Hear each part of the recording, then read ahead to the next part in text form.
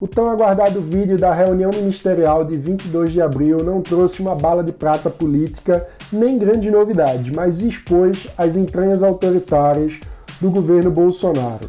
Bagunça, ressentimento, deturpação de ideias liberais, flerte com milícias políticas e a velha distância entre o verniz da retórica e a ferrugem dos atos. O saldo final deve ser ainda mais polarização. Quem já não era fã do presidente não gostou nada do que viu. Quem era fã talvez tenha ficado um pouco mais. Vamos comentar tudo isso agora no Livres Notícias.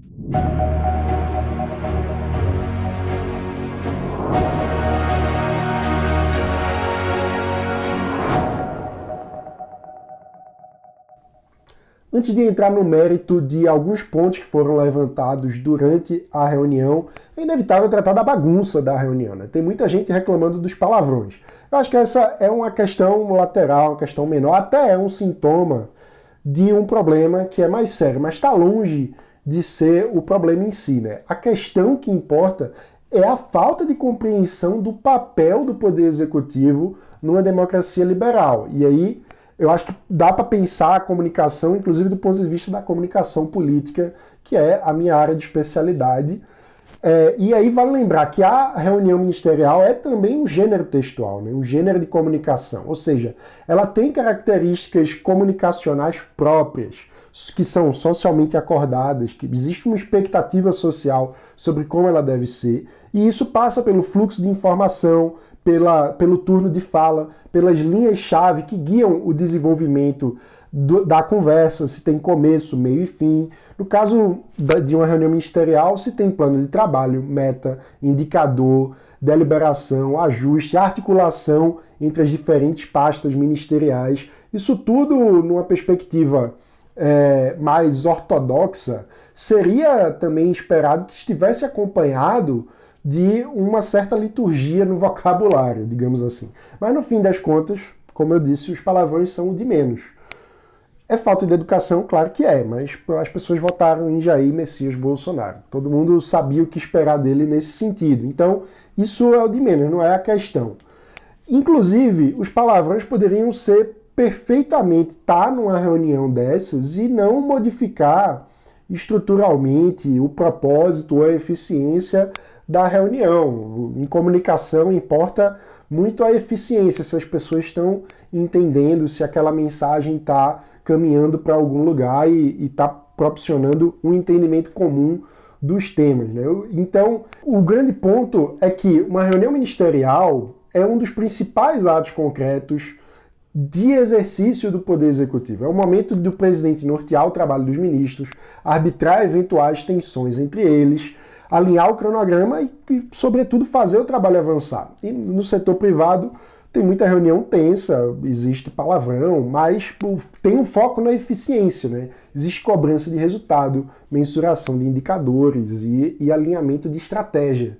E aí é que está o problema maior daquela reunião, inclusive do ponto de vista da comunicação. Ela parece muito mais uma sessão de desabafo pessoal, que acaba entrecortada por pitacos aleatórios que parecem não compor um conjunto de aplicação de políticas públicas, do que uma reunião de verdade. E aí vale dizer que essa não é uma questão menor, né? Não é somente uma questão do estilo do presidente de conduzir uma reunião, não é uma questão privada, porque no fim das contas a gente não está falando de um encontro de amigos no boteco, não está falando da sessão de terapia de Jair Bolsonaro, a gente está falando de uma reunião ministerial, é literalmente o pagador de impostos está pagando impostos para que os ministros se reúnam e coordenem políticas públicas ali, e aquele é um dos principais momentos para ocorrer essa coordenação de políticas públicas. É o lugar onde os ministros vão discutir como vão executar a forma com que gastam o dinheiro do pagador de impostos. E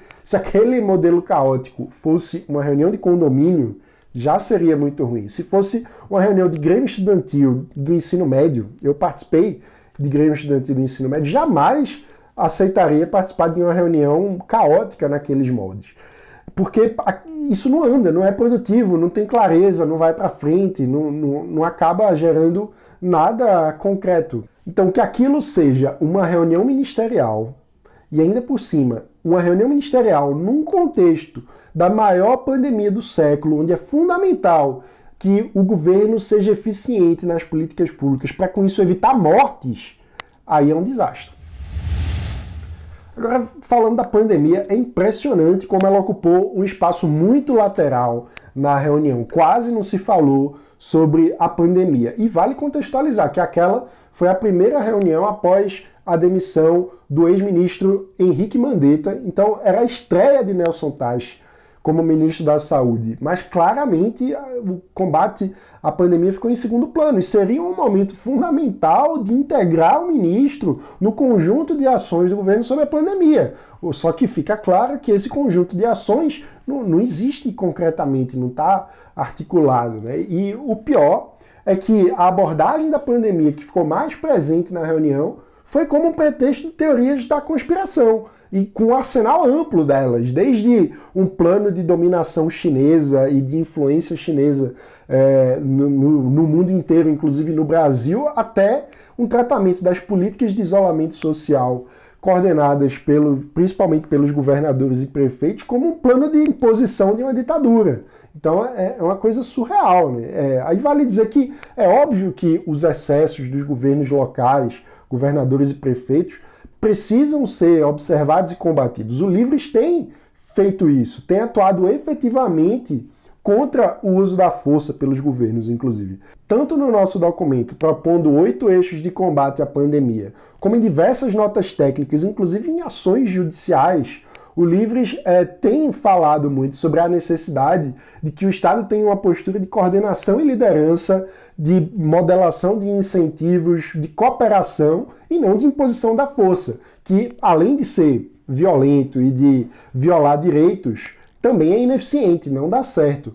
Mas também é fato que esses excessos são exceções. Falar em ditadura de governos estaduais é pura teoria da conspiração. A verdade é que a política de isolamento social é fundamental nesse momento para evitar um mal maior, para proteger vidas e proteger a liberdade das pessoas também. Porque, inclusive, o presidente Bolsonaro fala que a liberdade é mais importante que a vida, mas, presidente, não existe liberdade sem vida. A vida é uma pré-condição necessária para a liberdade. Isso está em qualquer filósofo liberal, desde Locke. E vale lembrar que, nesse sentido, são justamente os governadores e prefeitos que têm tomado as principais medidas para o isolamento social, ao contrário do presidente, que tem abertamente sabotado o isolamento social. Inclusive, nesse fim de semana, mais uma vez, voltou a promover aglomeração política lá em Brasília. Lamentável. Chama a atenção que era muito mais importante ali do que tratar da pandemia ou de qualquer política pública em específico, era uma cobrança do presidente Bolsonaro de que os ministros fizessem uma defesa apaixonada do seu governo e principalmente da sua personalidade. Tinha que ser uma defesa da pessoa de Jair Bolsonaro. E aí, vale dizer, as medidas dos governadores relacionadas à Covid foram motivo para Bolsonaro disparar a metralhadora de xingamentos contra o governador de São Paulo, contra o governador do Rio, contra o prefeito de Manaus. E aí vale o disclaimer, como eu falei, é óbvio que tem muita coisa para criticar na atuação de governadores e prefeitos. A gente tem feito várias críticas aqui. O prefeito de São Paulo está brincando de engenheiro social, tirando política, Deus sabe de onde, sem nenhum embasamento em evidência. A gente já falou aqui do escândalo que está sendo a condução da pandemia no Rio de Janeiro, onde o governo, no lugar de aproveitar vagas já existentes na rede hospitalar pública que estão subaproveitadas, está gastando milhões em contratos altamente suspeitos de corrupção para a construção de hospitais de campanha, que inclusive não estão prontos, então talvez não fiquem prontos a tempo de serem usados no pico da pandemia. É uma coisa escandalosa e tem que ser criticado, e nós estamos criticando isso. Mas essa não é a questão, porque o papel do presidente não é ser um ombudsman dos governos estaduais, né? O papel dele é buscar fazer a coordenação. Em grande parte, se há tantos problemas na condução do combate à pandemia por parte dos governos estaduais e municipais, é porque falta coordenação do governo federal. Falta uma proposta do governo federal para dizer qual deve ser o protocolo de enfrentamento, quais devem ser os critérios para fazer o isolamento social, em que termos, com que rigor, e quais são os gatilhos para relaxar ou tornar mais rígido a política de isolamento social. O governo federal não se preocupou com nada disso, não produziu nada disso. E o papel do presidente seria esse, seria liderar o país no combate à pandemia e não ficar xingando quem ele acha que fez algo errado. E aí o pior disso tudo é que ele faz esses xingamentos e claramente no meio de uma reunião ministerial, onde ele devia estar preocupado com o rumo das políticas públicas do seu governo, o que é que ele faz? Ele trata de eleição, ele fala que as pessoas têm que votar em 2022, mas, presidente, as pessoas estão morrendo hoje. O seu governo precisa responder às pessoas que estão morrendo hoje. E se está havendo uma descoordenação e políticas falhas por todo o país, é sobretudo por falta de liderança do governo federal. Então, é muito complicado e fica muito claro na reunião que não há nenhum plano do governo federal, sequer uma preocupação do governo federal elaborar esse plano e assumir a liderança do combate à pandemia. Um dos piores gestores do governo Bolsonaro foi também um dos mais coléricos na reunião. Eu estou falando do ministro da Educação, Abraham Weintraub, e tem uma passagem muito emblemática. Na mesma frase, o ministro Weintraub diz que luta por liberdade, que tudo que ele faz ali é lutando por liberdade, e na sequência ele pede a prisão de ministros do Supremo Tribunal Federal. Parece a novilíngua de George Orwell, né? É uma maluquice, mas isso é a pura insanidade pseudo-liberal do bolsonarismo. Falam defender a liberdade, mas não entendem nada do que é liberdade. Eles usam meia dúzia de palavras-chave decoradas, mas não tem nenhum entendimento sobre o que é que significa liberdade de verdade. Né? E muito menos tem ações práticas. Aí é que não tem mesmo. No discurso, durante a reunião, o Weintraub fala em combater privilégios, combater a corrupção de Brasília. Na prática, ele deu a chave do cofre, aceitando nomear um ex-assessor do Valdemar da Costa Neto, que é um mensaleiro preso por corrupção. A chave do cofre do Ministério da Educação, que é um dos mais importantes e com o maior orçamento do Brasil. Né? Então, a distância entre discurso e realidade é uma coisa gritante. Mas o plano de fundo desse grande discurso que ele fez é mais importante. Porque a gente tem que lembrar, recuperar o que é o liberalismo político, que é basicamente baseado em duas coisas: em limitação e divisão do poder. E Weintraub afronta esses dois pilares fundamentais, sem os quais não existe liberdade individual. Porque, já dizia Lord Acton, se o poder corrompe, o poder absoluto, sem limite, sem divisão, corrompe absolutamente. E aí a democracia, sem a divisão de poderes, necessariamente é corrompida. Então, não existe essa ideia de que alguém que é eleito na eleição majoritária deve ter poder absoluto. Isso não é democrático. Isso seria a corrupção da democracia. O presidente da República não tem poder absoluto, o poder é dividido. Existe o executivo, o legislativo, o judiciário, e eles sempre atuam com limitações previstas pela Constituição. Então, nesse sentido, o judiciário é fundamental para atuar como um garantidor da lei, coibindo abusos. Se o ministro Weintraub sabe eventualmente de algum crime cometido por algum ministro do Supremo, ele tem a obrigação de, via público, trazer as provas, fazer a denúncia, e aí eu tenho certeza que a sociedade civil brasileira iria apoiar, numa condição dessa, o avanço do devido processo legal, que investigasse, processasse e punisse o ministro do Supremo que cometesse crimes. Mas o fato é que Weintraub não faz nada disso, ele está simplesmente xingando os ministros do Supremo. E, sem fazer nada disso, falar em prender um ministro do Supremo, sendo ele um ministro de Estado do Poder Executivo, é, na prática, violar a limitação do seu papel. É se intrometer, ultrapassar o limite imposto pela Constituição, definido pela Constituição, para o trabalho dele. E fazer isso é caminhar na instalação de uma tirania, o que acaba com qualquer proteção à liberdade individual. Então, o próprio discurso, se existe uma contradição gigantesca entre o discurso e a prática de Weintraub, existe uma contradição também no próprio discurso. O discurso não para de pé. Mas um ponto assustador foi ver o Paulo Guedes referendar esse discurso. Né? Ele diz literalmente que todos estão ali por aqueles valores que o Weintraub falou, que ele chama de um alerta do Weintraub, que todos ali devem levar a sério. Para piorar, nos últimos dias a gente vê um contexto de escalada de ameaças do Poder Executivo, tanto do ministro Augusto Heleno, do Gabinete de Segurança Institucional, como do próprio presidente da República, contra o decano Celso de Mello, do Supremo Tribunal Federal, insinuando que ele teria praticado abuso de poder ao liberar o vídeo, que não tem absolutamente nenhum sentido. Então, isso tudo me lembrou a história da Madame Roland, que foi participante da Revolução Francesa e acabou sendo guilhotinada, sendo morta pelos próprios revolucionários. E conta a história que no momento em que a Roland estava chegando à guilhotina, já olhando para a guilhotina, ela teria dito sua última frase: "Ó liberdade, quantos crimes cometem-se em teu nome?" Uma outra questão conceitual importante que chama a atenção foi a defesa apaixonada que o presidente Jair Bolsonaro fez do armamento da população. Segundo ele, seria uma forma de impedir a imposição de uma ditadura no Brasil.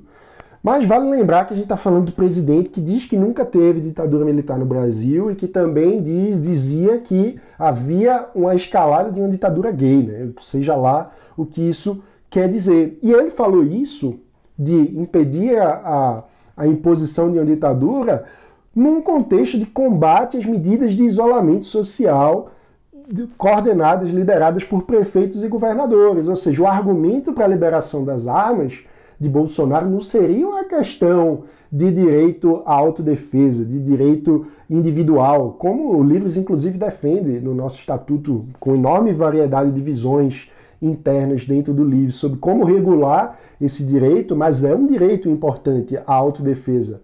Mas Bolsonaro defende o armamento no sentido de combater politicamente os que discindem dele, os que discordam dele. E aí é cruzar um limiar extremamente perigoso. É o presidente falando em estimular a desobediência civil, a formação de milícias e, no limite, a instauração de uma guerra civil, que é absurdo. Então é fundamental separar o debate sobre armamento civil no âmbito do direito individual e o uso do armamento como uma ferramenta de combate a adversários políticos. Isso aí é um absurdo. A democracia possui mecanismos internos que visam substituir a violência para mediar os conflitos. É para isso que existe o poder legislativo, para abarcar a diversidade de opiniões, para impedir que a vontade de um só se imponha. É preciso haver negociação com os diferentes setores da sociedade. É por isso que existe o poder judiciário,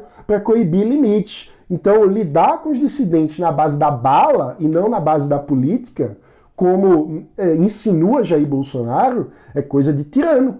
É coisa de Hugo Chávez e suas milícias paraestatais na Venezuela. E deve ficar muito longe do Brasil.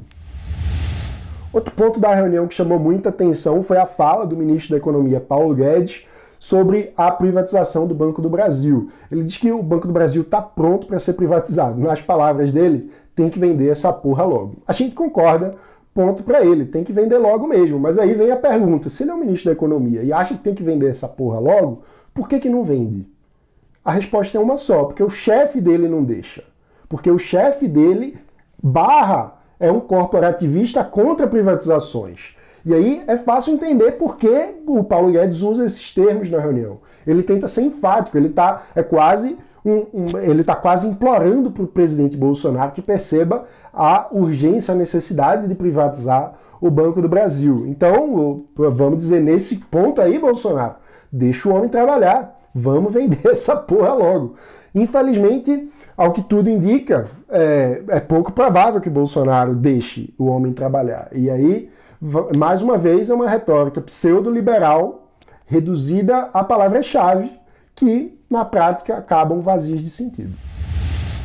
Esse foi o Livros Notícia de hoje. Ao longo da semana, certamente a gente vai trazer outros desdobramentos desse vídeo polêmico e dessa crise política como um todo. Então, você sabe, deixa aqui o seu like, ajuda a gente a fazer o vídeo chegar em mais pessoas, se inscreve no canal, ativa o sininho para não perder as notificações. Como você sabe, de segunda a sexta-feira, sempre às 7 da manhã, o Livros Notícia traz para você os principais destaques do dia para quem defende a liberdade por inteiro. Obrigado e um outro lembrete. Hoje, às 19 horas, tem Livres ao Vivo imperdível, debatendo o mundo pós-pandemia com o ex-ministro Rubens Recupero e com os conselheiros acadêmicos do Livres, Paulo Roberto de Almeida, embaixador, e com a economista Sandra Rios. Vai ser imperdível, vamos falar sobre as tendências da política mundial nesse contexto de pandemia.